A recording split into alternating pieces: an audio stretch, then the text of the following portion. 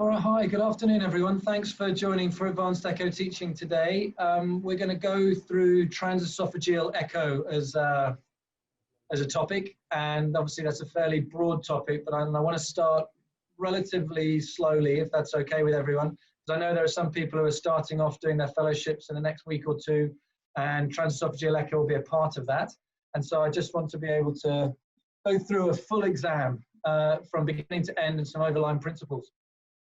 For those of you who, I think we've even probably got some people who've done some cardiac anesthesia on here, so obviously I'm going over some fairly basic stuff for some of you guys, but I'll still split in with some more of the more advanced stuff, particularly the views and the anatomy, just to give you an idea of what's expected for the actual DDU exam for those who are sitting later on this year.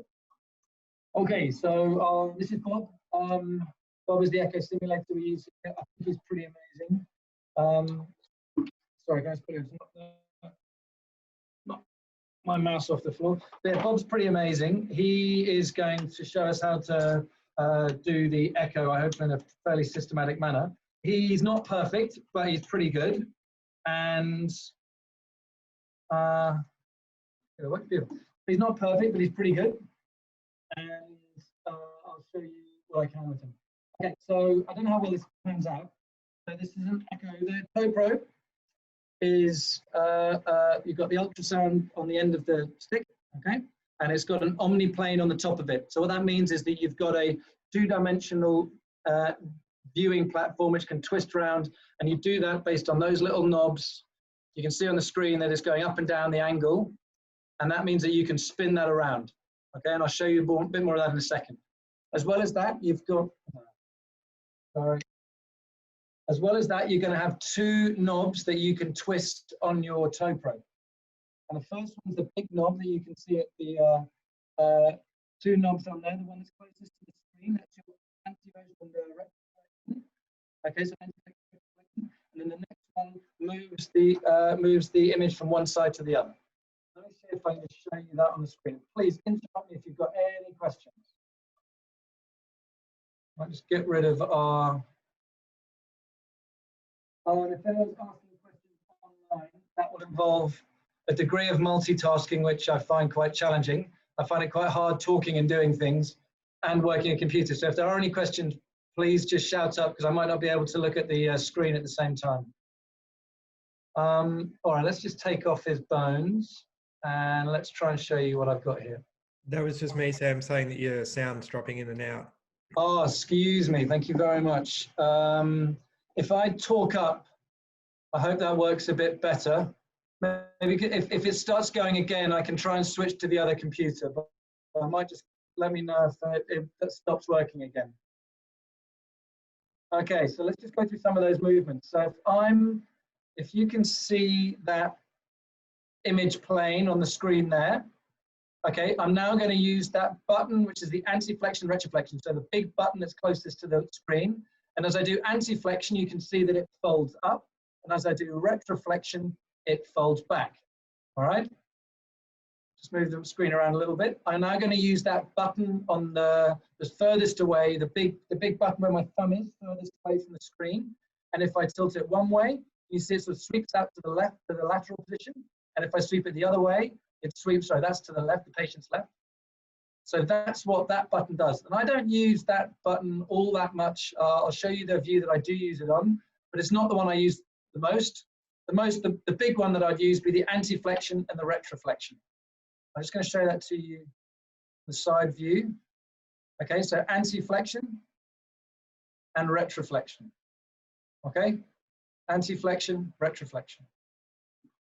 Okay, to show you the other button here. So if I now go to this sort of what we call a classic sort of mid-esophageal four-chamber view, and I'm now going to press the two little buttons moving the omniplane.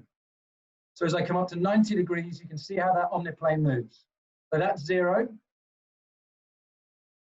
And then as you come up, that's 90 degrees. As I sort of keep on going, I can go all the way around to 180. All right? So the last few movements that you're going to have possible with the toe probe is obviously I can move the whole probe up or down in the esophagus, or I can move the probe. If I grab, so here I'm going to use my right hand, and I can twist it one way or twist it the other way. Maybe it's best if I look at this from the top. Hang on a sec. Yeah, so I'm now just looking down on the heart. I can twist my hand one way or the other way, and that's just simple rotation of my hand. And my tip and trick in this one is, you can see it's like doing a bronchoscopy, okay? If you have your hands really close together and I twist it, can you see that the machine doesn't really pick that up? But if I have my hands far apart, then the machine does move from one side to the other. So when I'm doing my toe, I always have my hands far apart from each other so that I get the most control with that little sort of rotation movement. All right? Sam, can I ask, by convention, does everyone hold it the way you're holding it, i.e. holding the handle end with their right hand and have their left hand at the orifice? Yeah, that's exactly right. In my experience, most people are doing this from the patient's left side. Cardiologists like to have them in a sort of left lateral position. I think intensivists and anaesthetists normally have patients on their back because I guess they're a bit more comfortable with airways. But yeah, most of the people are doing it on the left with the way that I've done it. But certainly I've seen cardiologists, again, who prefer doing it on the patient's right side, just like they do in transthoracic. Yeah. Okay. Right. Okay, the next thing is, while we're in this view here, just have a look at the end of the probe, right? Because it sort of makes sense that as you're putting the probe down, or maybe something I didn't quite understand when I first started doing toe, is that as you start to push the toe probe into the patient, just look at the way the angle changes, because that's sort of down the, you want to call it down the gun barrel of the ventricle, right? It's down the long axis of the ventricle. If I keep pushing it in, just look how that changes. I'm not doing anything. I'm not moving any buttons. The only thing I'm doing is pushing in. And as you come down further into the esophagus, you go past down it, and so you get closer to this, so the gastroesophageal junction and into the stomach, you can see that that plane moves around almost 90 degrees, right? From looking down the long axis of the heart. As I push it in, the esophagus curves around behind the heart, and you get the short axis. So to go from your mid-esophageal four-chamber view, which is that classic view you've probably seen there, where you've got the, you see my mouse? The left atrium, left ventricle, right atrium.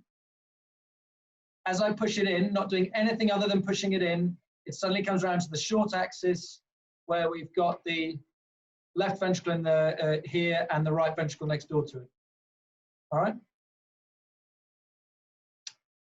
So those are the basic movements. You've got the pushing in, you've got the pulling out, you've got rotating one way, rotating the other way, you've got anti-flexion, retroflexion, and then you've got a little bit of lateral movement in there if you want to with the other wheel. And then, of course, you've got the omniplane, which can swing around 180 degrees. So that, in theory, should give you the ability to look at any structure with, in multiple views. The last button that you're going to have on your toe probe when you go and have a look at it, it's not on this, is the lock button. And that's often just a little bar that you see coming out from just underneath the big wheel. Sometimes it's an actual separate button that's on the handle of the probe. I think this should be removed from all toe probes, because let's just talk safety for a second. So you've obviously got your transesophageal echo sitting in the esophagus. If I'm sitting up at the top of the heart in a mid-esophageal four-chamber view, and I start doing aggressive anti-flexion, if someone has been on bisphosphonates, a lot of steroids, they're over the age of 80, the risk of causing esophageal perforation is much higher. And in these people with, or if they've got any kind of esophageal pathology or things like that, you just got to be really careful you don't cause damage. And so that's one of the rules that we have, is that you don't move the probe if you've got any kind of anti-flexion or retroflexion or any kind of movement of the probe occurring, because you don't want to sort of tear the inside of the esophagus. That locking mechanism means that if you do a movement, it stays in that position. And I think my only guess is it's there for cardiac anaesthetists who are doing their anesthetic. They can find a view, they'll lock it in there, they can then turn the machine to pause for a while so it doesn't, it doesn't heat up the patient's esophagus. But I don't know, if the risk that I've seen is with particular trainees who are starting to do this and learn how to do it, they forget that the locking mechanism's on, and they can put it in there, or even an experienced person can forget they put it on, and then you can. We don't use it either, Sam. Yeah, really, yeah, absolutely. I think it's a terrible thing. I've tried to figure out a way to take it off, but it takes away the warranty if you try and shave it off with a filing tube. Well, just so you know, that was from their experience down in the Alfred, so I think it's probably a pretty good yardstick if they're not doing it at the Alfred either. Okay, let's talk about the process of doing a toe. So everyone's going to have a slightly different way of doing a protocol. I think it's really important to have a way that works for you. There are different ways of doing it. I'm going to show you mine. I don't really care which maneuver you do first, but as long as you've got a structure. So the same thing as doing a transthoracic echo. The idea is if you've got structure, you don't miss stuff. If you're doing a transesophageal echo, for example, looking for infective endocarditis, you've got about a 30% chance that more than one valve is affected if you find a lesion on a valve, right? So if you see it on the mitral valve, you've got to check out the aortic and the tricuspid and the pulmonary valves. There's a 1 in 3 chance that they're going to be affected as well. And I guess you can do that if you've got, thrombus in one area of the heart, you've got to check out other areas of the heart. So it's really important to have a structured approach. Having said that, toe is not quite as versatile as transthoracic, I find sometimes. And it means that you can be trying for all love or money to try and get a decent left atrial appendage view, and you just can't get it. And then you'll go away and look at something else, and suddenly you'll get the most tremendous left atrial appendage view. You've got to be opportunistic, and you've got to grab things when you can. But I think it's important to try and follow a structure if you can, so you make sure you don't miss stuff. I choose the structure that I've chosen to try and minimize the amount of movement that I'm doing in the esophagus to try and keep it as safe as possible. So I start at the bottom of the, so I start with the deep gastric view, where I'll look up at the left ventricle and the aortic valve. I then move my way up through the short axis view, up through the mid-esophageal view, up to the short axis view, trying to look at the aortic valve and the structures there, sort of the root. And I'm looking left and right as I go. And then I switch around, I find my aorta, I follow it down as far as it will go, and then I pull out. So I'm trying to only do the 2 movements into the esophagus. So down to go deep gastric, then I come up through all the heart, then I switch around, find the descending aorta, start at the bottom, and pull out as I go. So you've only got some 2 movements in and out of the esophagus. There are lots and lots of other ways. I know we've got Lewis who's done lots and lots of toe, so I'd be interested to hear your thoughts at the end of this. Okay, so first view is a deep gastric view. So this is the one that's most mildly sedated. It's also the one that can cause the most damage if you potentially have got it wrong. So let me show you a safety mechanism to make sure that you're not doing this. You've got to do aggressive anti-flexion to make this view work.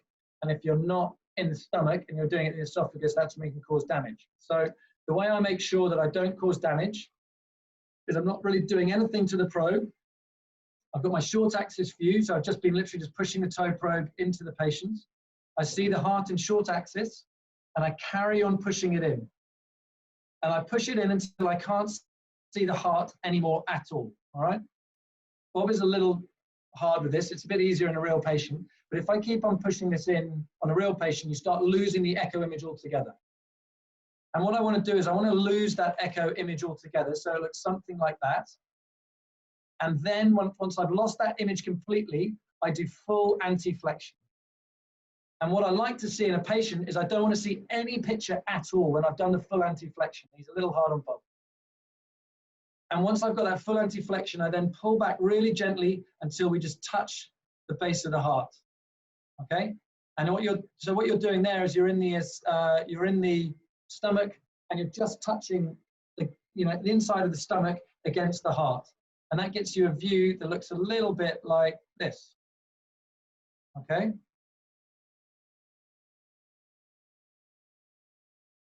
So you get a view that's a little bit like this. Try again, multitasking.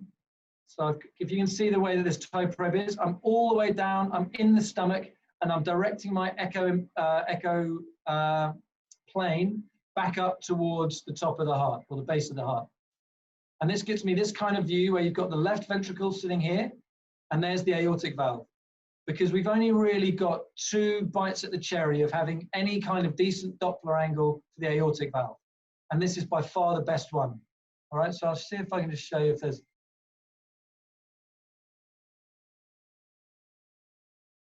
So here's the pulse wave Doppler. Can you see that it's a pretty good angle? It ain't perfect, but it's a pretty good angle looking down there through the aortic valve. It's not coming out very well, unfortunately, but you get the idea that the best one that we've got is up from the deep gastric. Does anyone know what the other angle is?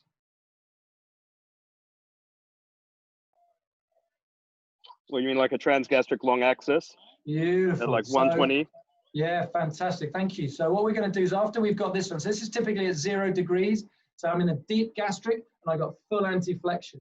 The next chance that I've got of having a look at the aortic valve is so I now take off the anti-flexion completely. I come up closer towards the, change the depth. I come up closer towards the mitral valve. Okay, and you see me just pulling back, and I can come up to 120 degrees. Sorry, everyone's faces are in the way. I'm having difficulty seeing that.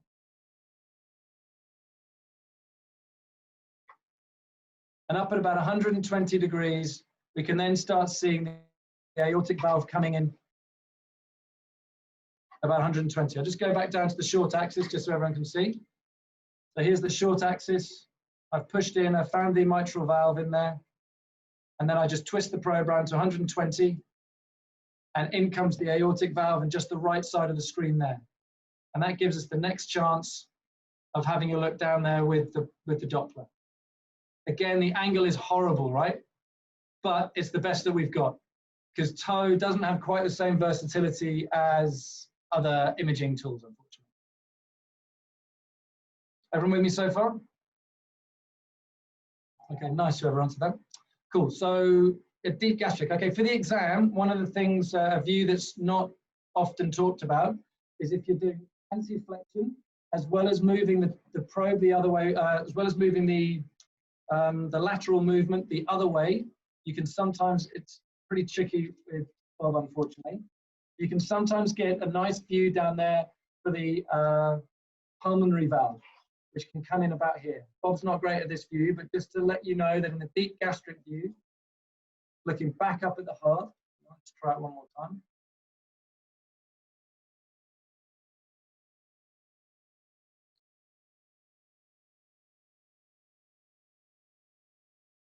So full anti-flexion, deep gastric view, there you go.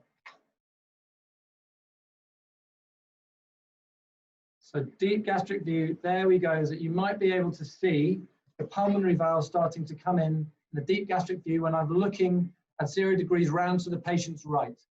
So if I look to the patient's left, I could get that aortic valve, but this is a way I can look at that pulmonary valve that's just coming in here. There's the left ventricle, and here's the right wrapping around it, coming up into the pulmonary valve.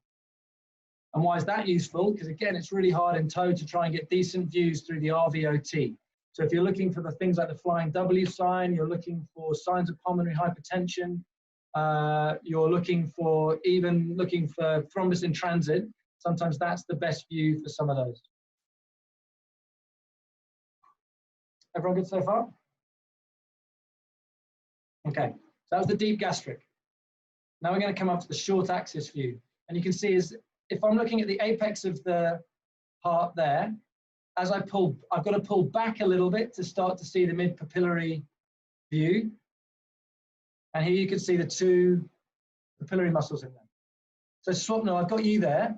So you've got two papillary muscles. We've got the anterolateral and we've got the posterior medial, right? So which one am I pointing to there?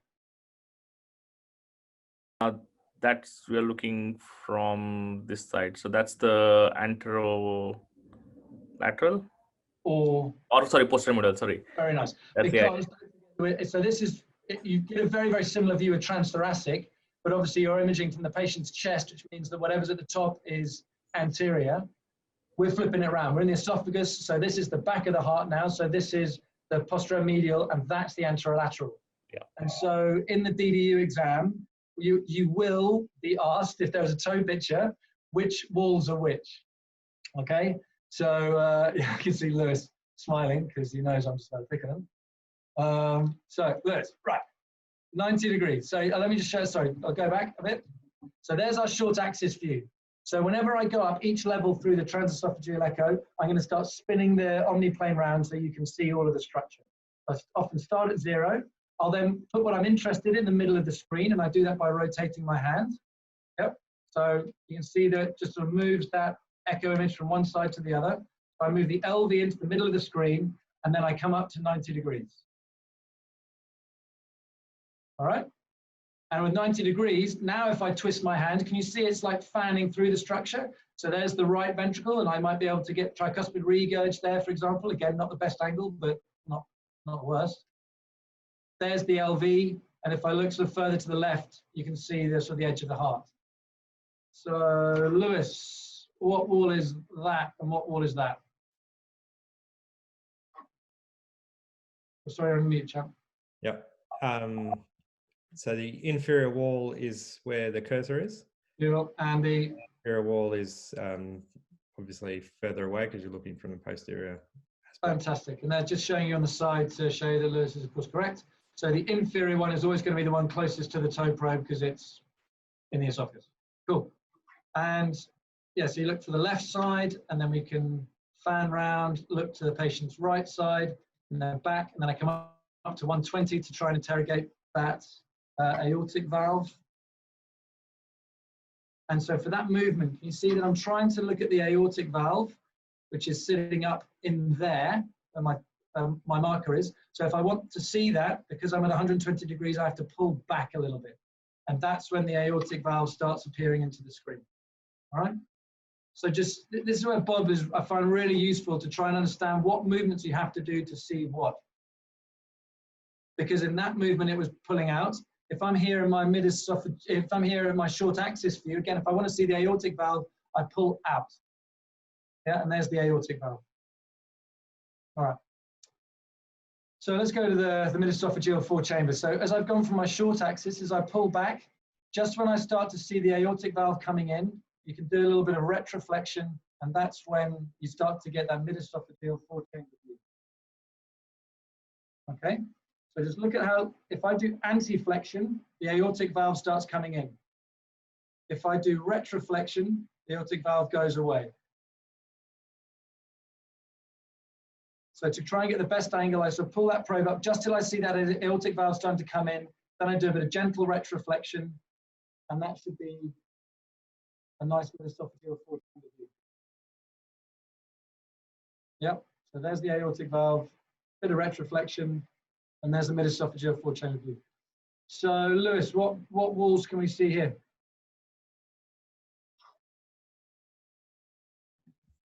So in that view, you've got the anterolateral wall and the infraseptal wall.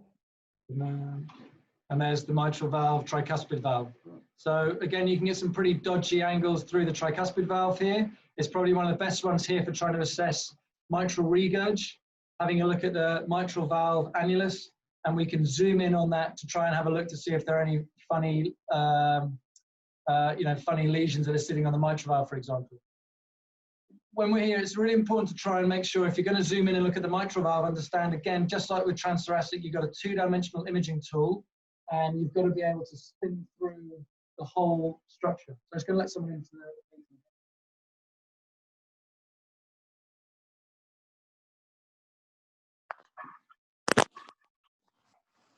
So you understand that you've got a 2-dimensional imaging tool, a complex 3-dimensional structure, and you're trying to fan your way all the way through the picture to try and see what you want to have a look at. So, for example, just looking at the mitral valve here, if I want to spin through it, I put the mitral valve in the middle of the screen, and then I can start rotating around it. And the mitral valve is always in the middle of my screen. It's not going anywhere because I'm using that as the fulcrum that I'm trying to view around. Yeah, so the mitral valve just stays in the middle of my screen as I rotate backwards and forwards through it. And as well as looking at the mitral valve, just spin that guy around there. I also want to have a look at the left ventricle, right? So let's get back to my mid-esophageal 4 chamber.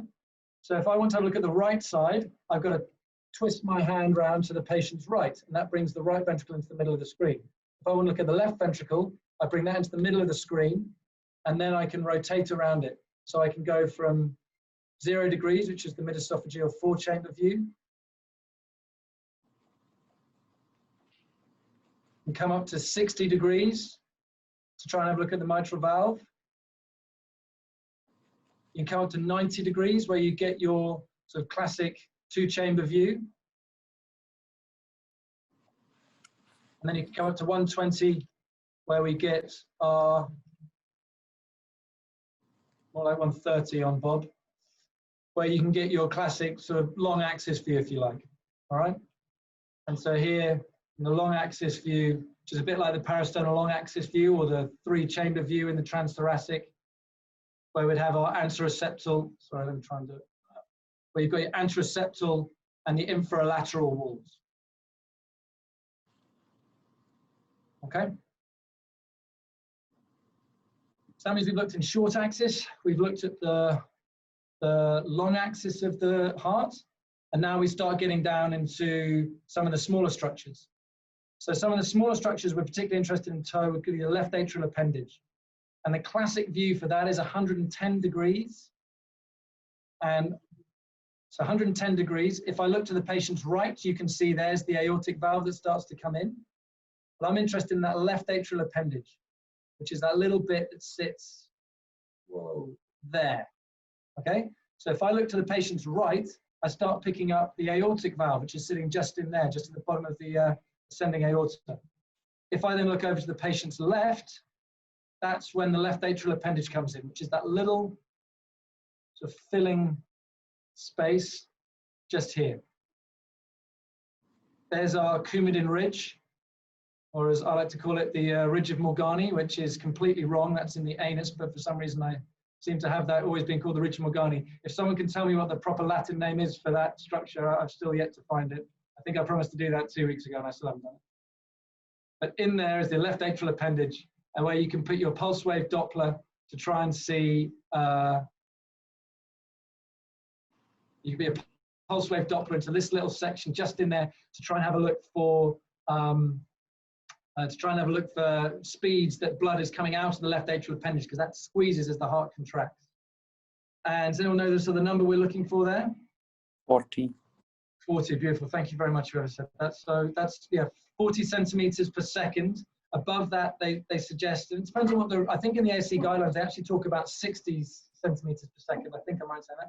I have 40 in my mind as being the number that if it's less than that, it's the increased risk of forming blood clots in the left atrial appendage.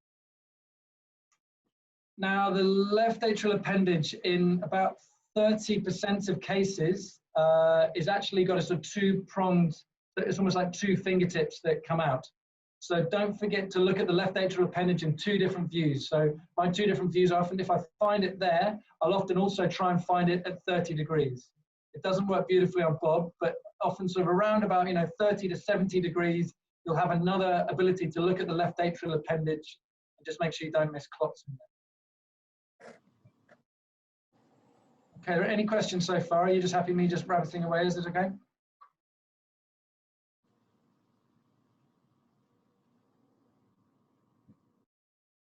Okay.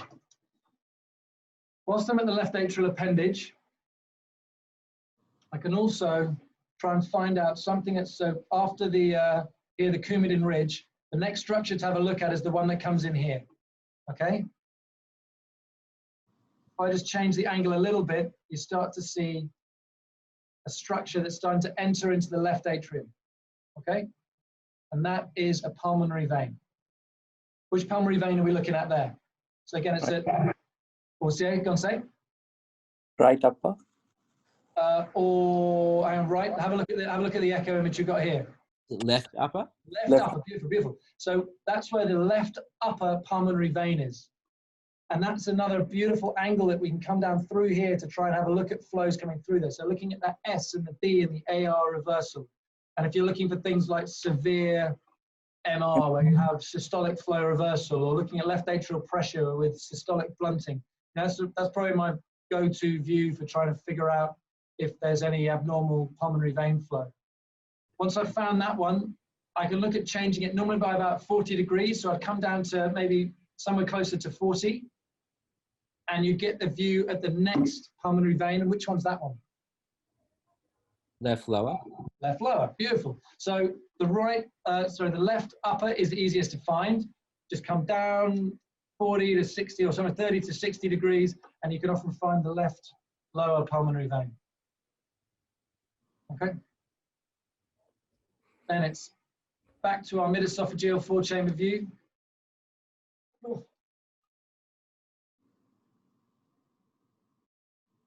Mid-esophageal four-chamber view, and I pull back really slowly. It's about 3 centimeters probably movement, if that, and we start trying to see it till we get a short axis view of the aortic valve.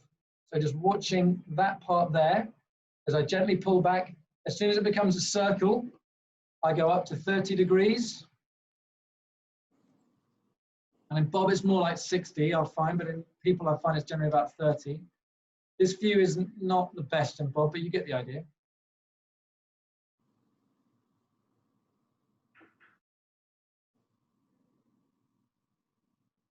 Bob.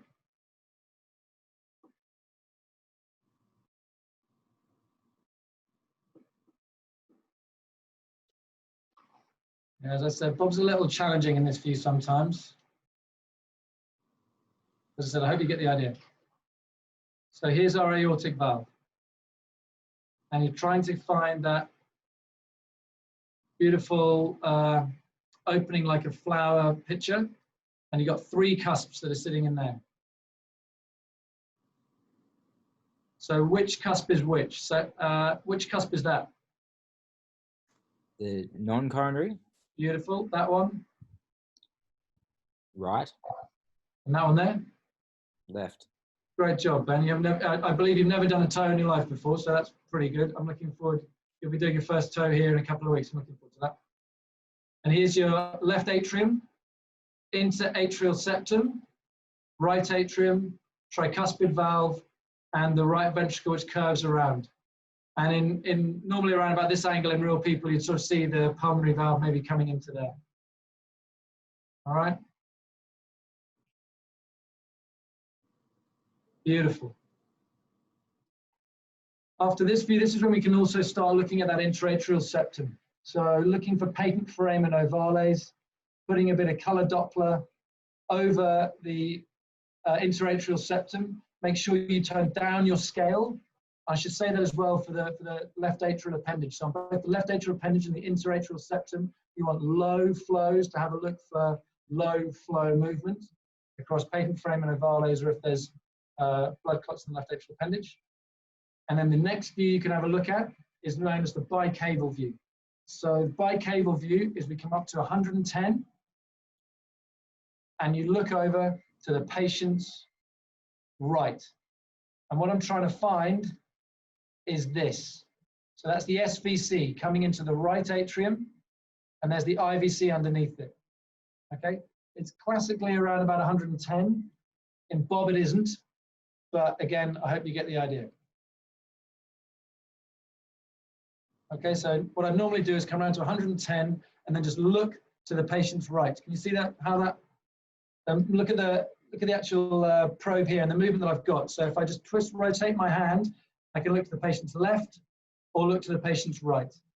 Okay, if I just change the angle more to like 100, this is where we get known as the sort of classic bicaval view, where normally you'd see a bit of the left atrium coming in, and there's the right atrium, and there's the SVC by the red line, the top line there. So that's the SVC coming in there. And if I were to push it in a bit, you get an idea that there's the IVC underneath it. Okay, the IVC will just be coming in at the side there. And again, forgive, I think Bob's pretty amazing, but he's not perfect. But you get the idea that in there you'd see the interatrial septum that's often sitting up at the top there with the left atrium.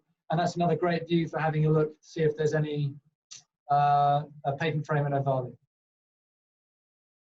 Okay, another classic exam question is, what is the best view for looking at tricuspid regurg?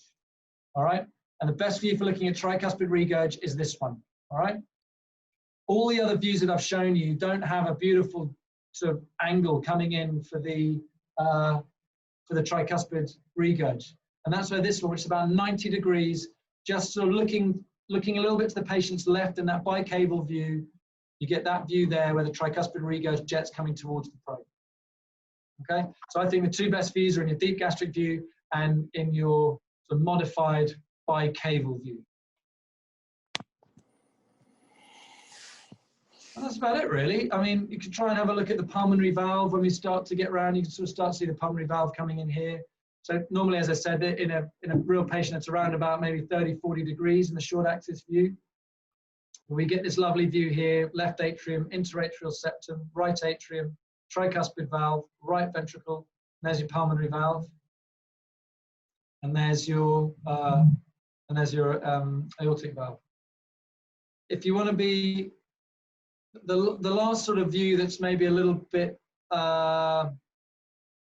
that's not really sort of done conventionally, but again, it's good to know. If I go back down to 0, right, and as I pull up through, there's the aorta. We know just ahead of it, just in front of it, is going to be the pulmonary valve. Okay, you can see it's where my cursor is pointing right there. There's the pulmonary valve. All right, and that's corresponding to that section just there in my probe. There's the pulmonary valve, and just behind it in there is the aortic valve. So look on the toe probe again. As I pull back a little bit, there's the pulmonary valve. If I keep on pulling back, I can get a view down that main pulmonary artery. And so that can be really useful for looking at things like saddle pulmonary emboli, looking for any kind of pulmonary embolism. And if I can try and get it right, there you can see it there. All right. So here's the right pulmonary artery, the left pulmonary artery up there, and this is the main. So if I do just a little bit of retroflexion, I can sometimes try and get a nice angle. So that was just me just pulling back a little bit of retroflexion, and you can get an idea down in there of flows through your main pulmonary artery. And this is one of the views that Susanna Price talks about, the amazing cardiologist and intensivist at the Brompton in London. She talks about this view, and if you put the pulsed wave Doppler in here in ARDS patients, you can get what's known as a pre-systolic A wave. And that's a little bit like maybe it's a little bit like having a restrictive filling defect for the right ventricle. So if you've got someone who's in ARDS with this restrictive filling pattern, maybe that's a sign there of getting transmission of the atrial kick, right the way through into the main pulmonary artery. An idea that your left ventricle is like close to being utterly buggered. It's very research based, but I thought it was quite an interesting thing to have a look at on toes. So when I'm doing toes on ARDS patients, I'll often use this view to have a look for that. And that's sort of it, really. And then we sort of curve around, try and find the descending aorta. And just keep pushing down, following it down. I try and keep it in the middle of the screen as I come down until I start to lose it. Maybe decrease the depth a little bit. And then I pull up looking for atheromatous disease, dissection, flaps. You look at it in both one view and you look at it in 90 degrees. Make sure you fan from one side to the other, back to 0 degrees, coming all the way up. Keeping it in the middle of the screen by rotating your hand left and right. So as I come up, I sort of just rotating my hand around a little bit. And you can get the descending aorta. There's the arch. And even looking at the descending aorta, looking for things like severe AR. This would be a great view for having a look for diastolic flow reversal in that area. Okay. That's everything, really. Clear as mud. So it shouldn't take more than 20 minutes. So just in summary, so have a nice systematic approach. Be opportunistic when you can. So for example, if you find an interesting feature in your left atrial appendage or whatever, grab it when you can. But otherwise, try to be systematic, go through things so you're never missing anything. So each stage I come up, you rotate, you look from the left, look to the right, come up a little bit, zoom in on a section, rotate around it, make sure you don't miss subtle findings in there. Sam, is TOE a better tool than TTE looking for atrial septal defects? Yes. Why? Well, answer that question for me. So again, take it back to first principles. Why is it better? Ultrasound probes closer to the atrial septum. Nice, exactly right. And if it's closer to the intraatrial septum, the other thing is that you're also going to have quite a nice view through there, and things like the bicable view of having it in axial movement. So that's often where you get the best resolution when you've got axial stuff rather than lateral, yeah? Yeah. And so if you did want to look at it on transthoracic, what would be the best view for trying to get that axial view across the interatrial septum? Subcostal. Subcostally. Very nice, yeah. Ben's So, spoke about subcostal. that. So, and again, you're going to use every view you possibly can, right? But in the short axis, parasternal, parasternal short axis view, in your apical four-chamber view, the interatrial septum is you're looking down, and if you're looking for flows across it, it's not great. Subcostally, that's when you can start to see that interatrial septal vessel. All right, Lewis, let's just, who else is doing is anyone else doing the DDU this year other than Lewis, who's online? Who wants to answer a question? Or can I just Sam. carry it? Yeah, I'm here, Sam. Oh, Hattem, fantastic. Hattem, tell me. Okay, so as we said in this, so what are the best views for trying to get the aortic valve angle? So the aortic valve angle can be, you can get it with the deep gastric view at just at neutral angle at 0. You'd be able to get a view from that on the middle of the screen. You may be able to get through the gastric view, transgastric view, and you can rotate the probe between up to 90 degrees and try to figure out where the angle will be, and the best view through you can get a good LVOT VTI trace through it. 90 degrees? So hang on a second, it's not 90? No, up to 90. Up to 90, okay, yeah. So you had classically it's all about 120 though, right? Yes. Cool. Very nice. All right. Also, okay, so what about tricuspid regurg? Tricuspid regurg, the best view, you can get one of two views. The first of them you can get through the gastric view with modified rotation of the probe to the right side. Beautiful. It will be sort of lower esophageal view rather than the transgastric view. Yeah, nice. I'm showing it to you just there. Yep, very nice. Yep. And otherwise through the mid-esophageal, again, you can get sort of high esophageal, high esophageal view. And through this, again, rotate the probe towards the right side and try to obtain a view that will be through the right ventricular inflow. Beautiful. So something like that. Maybe I could try and do a bit better than that. But. My question, Sam, is regarding the SVC collapsibility. Yeah, beautiful. Okay, what's your question? So you get it through the bicaval view, and through that you get. What's the angle for the bicaval view again? 110. Beautiful, and Bob's more like 90. Yep. Yep, and with that you just place an M mode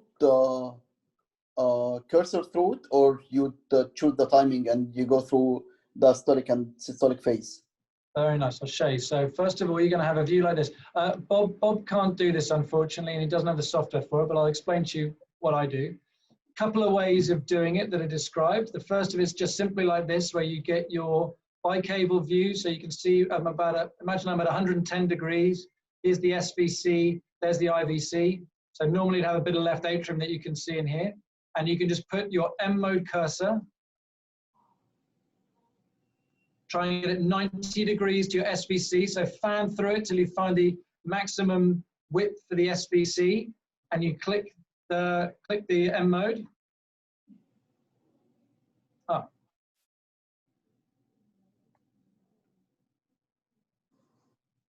How do I pause it?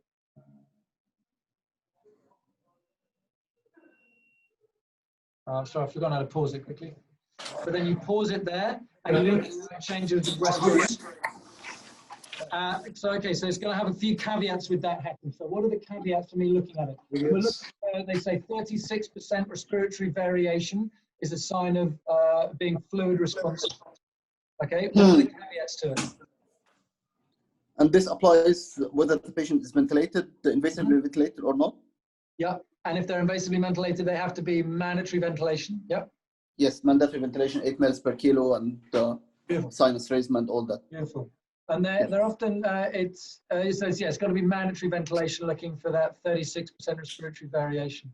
Yep. One of the Okay. other ways that people describe of doing it, and I actually haven't tried it with Bob before, is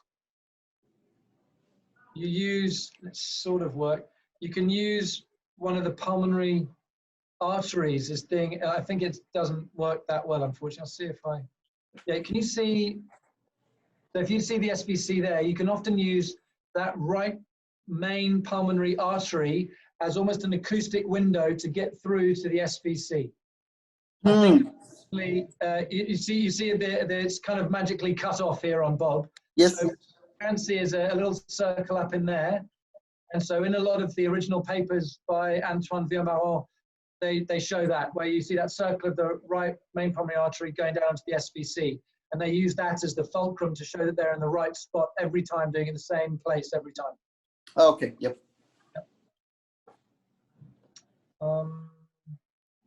What else? So I guess, yeah, in the DDU exam, there will be a toe image. The classic things that are asked are valvular assessments, particularly mitral valve, looking for things like infective endocarditis, because we do that a lot clinically, trying to exclude infective endocarditis from toe. Assessment of severe valvular regurgitation. So in particular, we'll be talking about the mitral valve. So don't forget to talk about the pulmonary veins, looking for systolic flow reversal, and looking at the descending aorta for hollow diastolic flow reversal. So fluid responsiveness we just talked about. Again, that's 2D, as well as assessing the SVC. I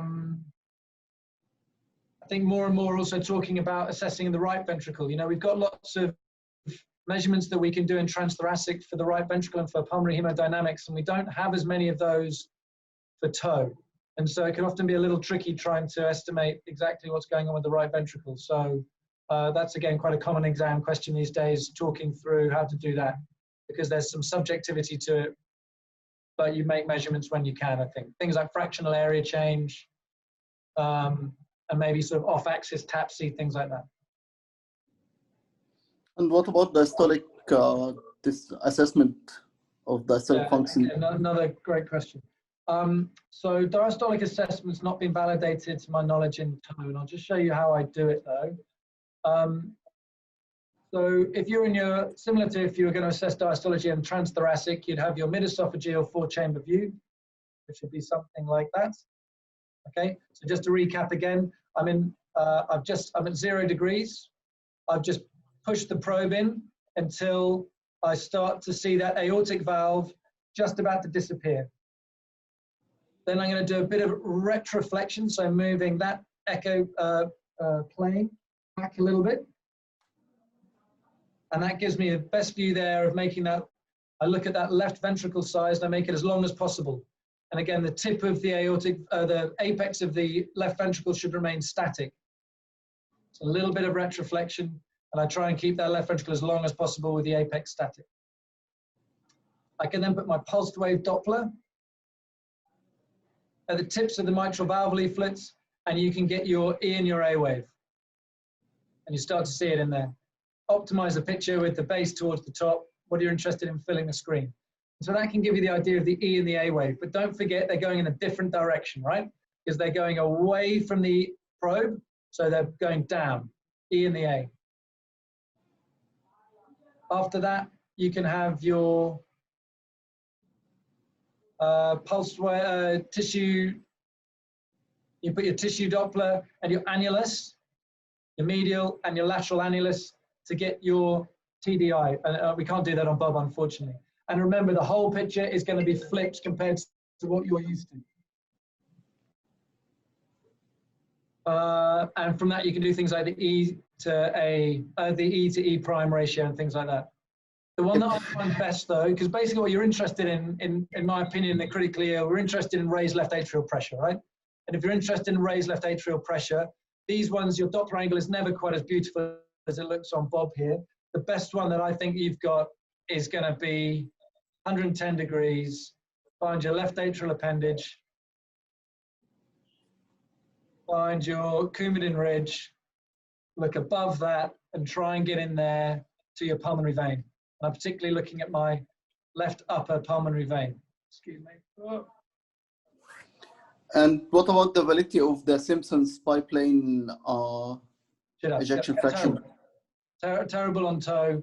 So hang on. So in there, that's your left upper pulmonary vein again, just coming in there.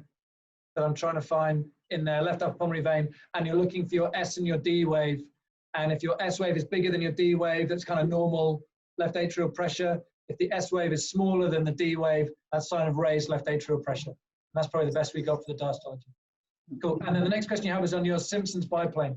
So again, I'm not aware of too many. There's certainly no large studies that are looking into this. I think what is, I guess, for me,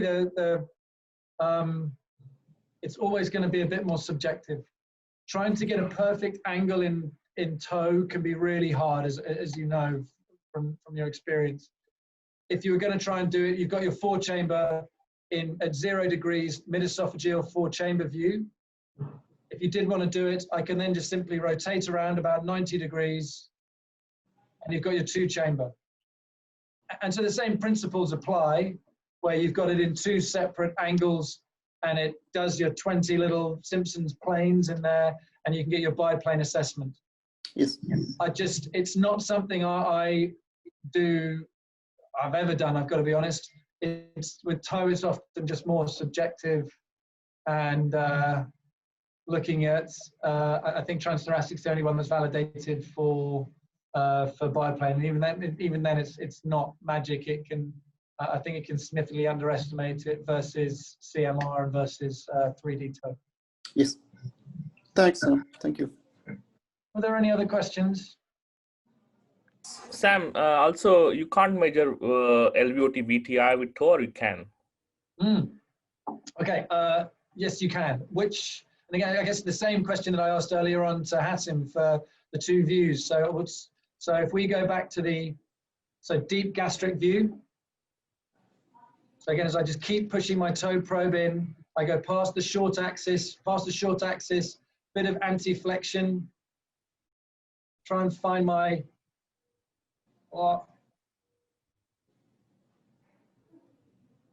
as it sometimes plays along and sometimes it doesn't. So a deep gastric view, full anti-flexion. I don't want to see the pulmonary valve. I want to see, there we go. So that's where we can have a look at the aortic valve, right? And in there, I can stick the pulse wave Doppler just in that section there. So instead of using continuous wave Doppler to look at aortic valve flows, I can put the pulse wave Doppler in there to try and get an LVOT flow, all right?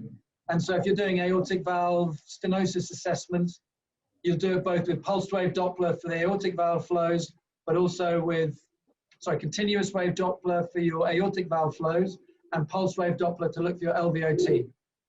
So you've got that view at 0 degrees, deep gastric view, full anti-flexion, or coming up to 120 degrees, so close to sort of I find where the valve is just starting to open up, so the mitral valve, look to see where it's just starting to open up. I'll then come up to 120 degrees on my omniplane, and there's the next angle that I can take down there through there. And as you can see, the angle is not perfect, but it's the best that we've got. It's only those 2 views in toe. So in reality, if you're trying to assess someone for aortic stenosis, you've got, having toe and transthoracic together actually makes quite a nice combo, because you can get the best Doppler angles with transthoracic, where you can go from multiple different angles and find the maximum one, as we spoke about last week. But with toe, you get the best look at the sort of morphology of the valve. What is the real cause? Is it because there's an abscess there? Or is it because it's just degenerative changes? Or is there actually a lesion that's flicking around in there? You can actually assess it and do things like planimetry really well. You can't do planimetry really on transthoracic of the aortic valve. You sure as hell can do it with toe. You just got to make sure you've got the point where it's open. Thanks. All right, that's probably time, guys. Thanks very much. I hope that was useful. See you next week. Thanks, Sam. Thanks, Sam. Thank you. Thanks, bye. If you learned something, hit like and subscribe to our channel for more videos uploaded weekly. For bite-sized versions, follow us on Twitter @EchoNepean and check out the tutorials. Or head over to our websites for the latest hands-on courses. Links in the channel banner. And thanks for watching.